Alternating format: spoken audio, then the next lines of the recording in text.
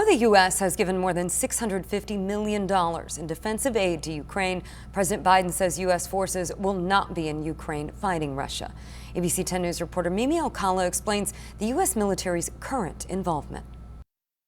The United States has sent thousands of troops to Europe as Russia's invasion of Ukraine intensifies. But President Biden making it clear Thursday that they will not be involved in the conflict. Let me say it again. Our forces are not and will not be engaged in the conflict with Russia in Ukraine.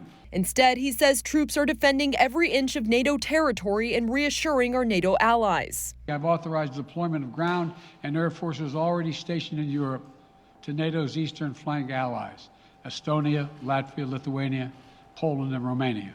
In addition to defending allies, retired Marine Corps intelligence officer Hal Kempfer says he expects the troops moving from Western to Eastern Europe to help those fleeing Ukraine. One of the things I fully expect to see, and we're already seeing it, is this massive influx of refugees going into Poland and Eastern Europe.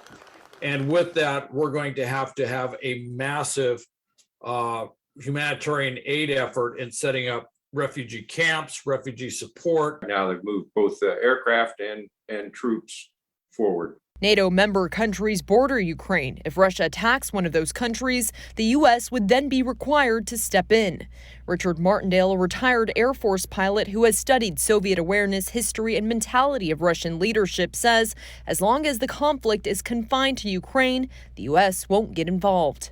If NATO gets involved, we'll get involved. And Ukraine is not part of NATO, so all we can do is lend support and aid. Mimi Alcala, ABC 10 News.